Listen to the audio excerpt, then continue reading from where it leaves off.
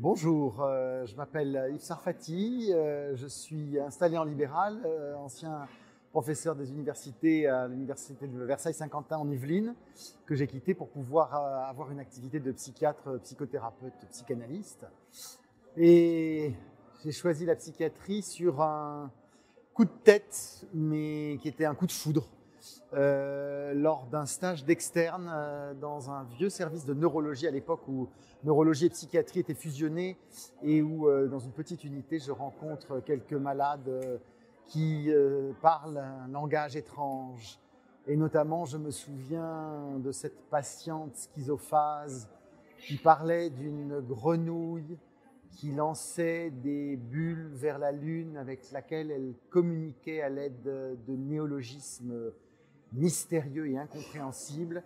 Et il y a eu quelque chose qui, en moi, a dit c'est ça que je veux faire, c'est que je voudrais échanger avec des gens comme ça et les aider, en sachant que je n'ai compris que des années après, et une analyse plus tard, que cette patiente m'avait étrangement évoqué une aïeule de la famille que tout le monde considérait un peu bizarre, on disait toquée, qui parlait toute seule et qui, de fait, avait, avec cette patiente révélatrice, des points communs.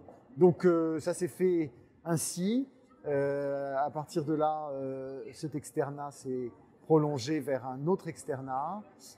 J'ai rencontré la longue lignée venant de l'hôpital Bichat, l'université de Bichat, de Thérèse Lampérière, Jean Hadès, Frédéric Rouillon, qui ont été des figures introductives et tutélaires. Puis je crois que la psychiatrie, c'est beaucoup de rencontres avec Gladys Swen comme jeune interne. Et voilà, un métier que je fais toujours avec autant de bonheur et toujours passionné par le mystère de ce qui vient perturber les processus de pensée pour produire des symptômes aussi énigmatiques, mystérieux, inquiétants, mais parfois très beaux.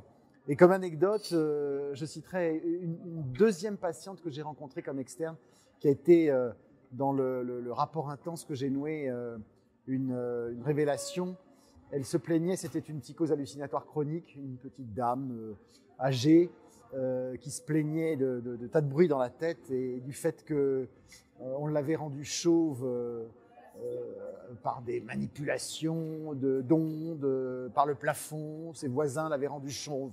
Et à l'évidence, elle avait une grosse chevelure. Alors moi qui débutais, jeune externe, et qui avait déjà perdu mes cheveux, je lui dis, mais vous n'êtes pas chauve, c'est ça chauve.